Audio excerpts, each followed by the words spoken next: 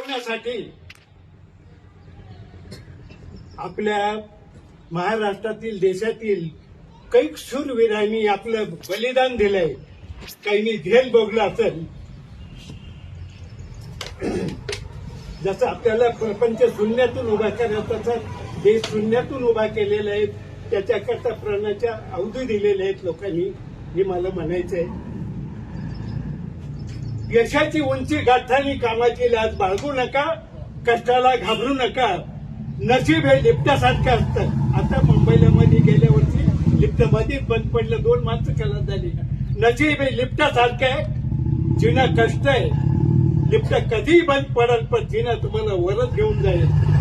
भविष्यात पैशाने कमवलेल्या वस्तूपेक्षा स्वभावाने कमावलेली माणसं जास्त आनंद देतात. अंधारातून चालताना प्रकाशाची गरज आहे, उन्हात चालताना सावलीची गरज आहे. जीवन जगत जाताना चांगल्या माणसांची गरज आहे. स्वतः सोबत जेव्हा दुसऱ्याच्याही मनाचा देखील तिथं विचार केला जातो, तिथं माणुसकीचं नातं तयार होत असतं. अंधारातून चालताना प्रकाशाची गरज आहे, उन्हात चालताना सावलीची गरज आहे. जीवन जगताना चांगल्या माणसांची गरज आहे. दिवा मातीचा आहे का सोन्याचा हे महत्वाचं नसून तो अंधारात प्रकाश किती देतो हे महत्वाचं आहे. तसेच